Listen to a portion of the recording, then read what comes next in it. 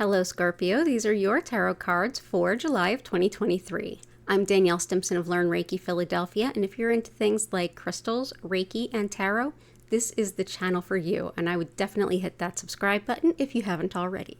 I would also check out the videos for your sun, moon, and rising signs if you happen to know all three. This will give you a more in-depth and specific view of your month ahead and all of the energies within it. So let's go ahead and take a peek at what the cards have in store for you this month.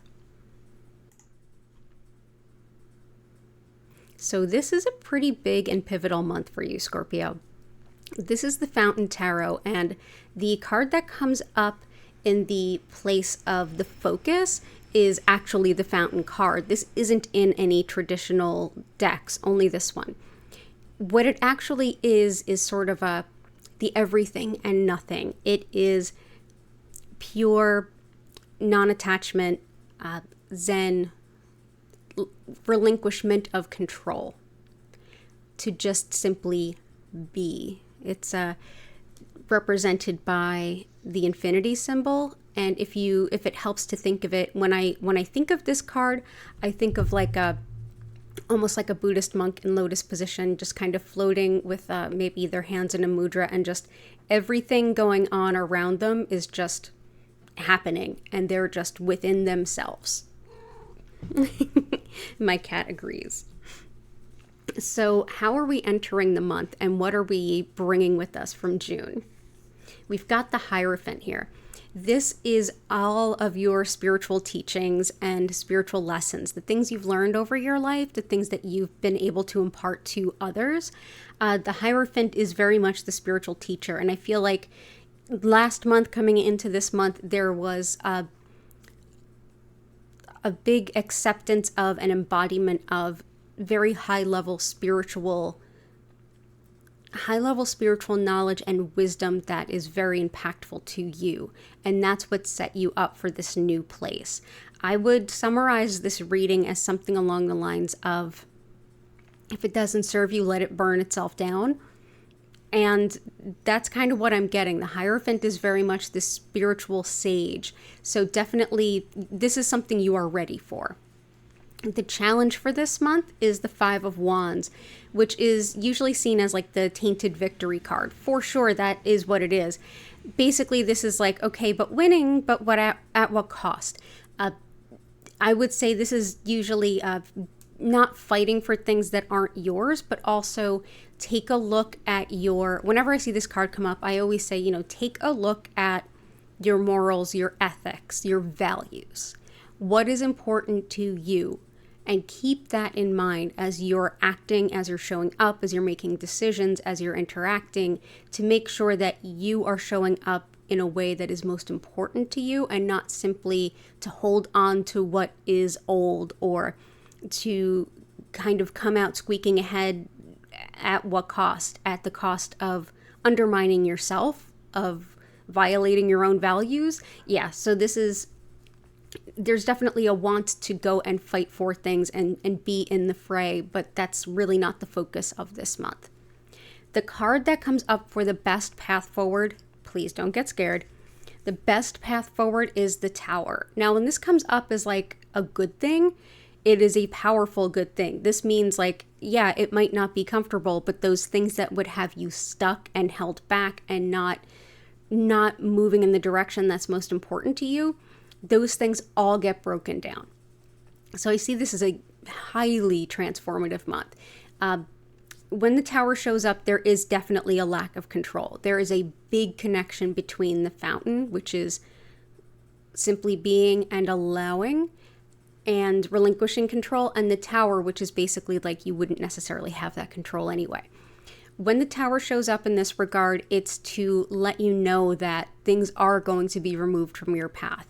They might not be comfortable, but it would be far more uncomfortable and harmful to hold on to something that really isn't yours. So I would say if something is breaking down and falling away, it's best left to break down and fall away. Take a look at your challenge and not fighting for things that aren't yours, or acting in a way that you wouldn't be proud of later, because that's a sign that that's not the direction you're going. This is a time to have the ultimate release, relinquishment of being in the steering position, allowing things to happen a little bit more. The next one is the whispers from your guides, and this is really the sweetness of this reading, and it's the Page of Coins.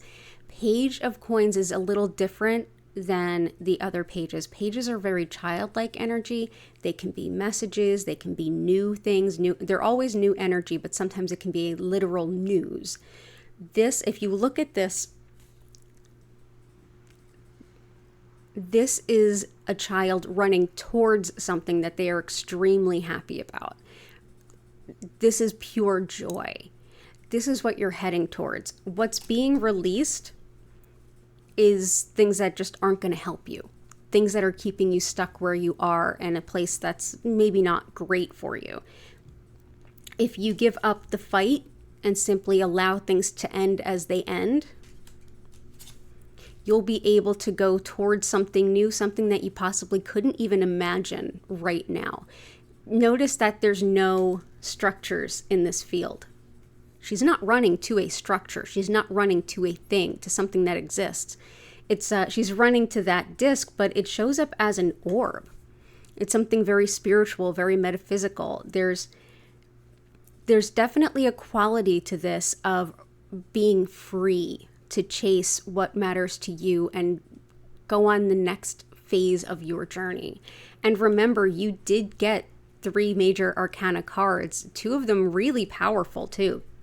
So I would say definitely take a look at all of your spiritual lessons and things that came in from last month and how you're really ready for this transition. Do all the things that can help you to be a little bit more comfortable. And support yourself in just being, just allowing. Don't hold on as you're tumbling down the the rock face. Try to just sort of tumble and go with the flow. If you have a prominent Pisces placement, I'm going to tell you right now, this is going to be a really big juxtaposition for you, because Pisces got the very much opposite kind of reading, where it was like, build more structures to get where you want to go. And you're very much in the go with the flow, don't hold on to anything too firmly, allow the universe to recalibrate and lean on your spiritual teachings and your inner wisdom and the lessons you've already learned in life to go through this time of transition and end on the other side much more free. You know, this is someone who is not trapped in a tower.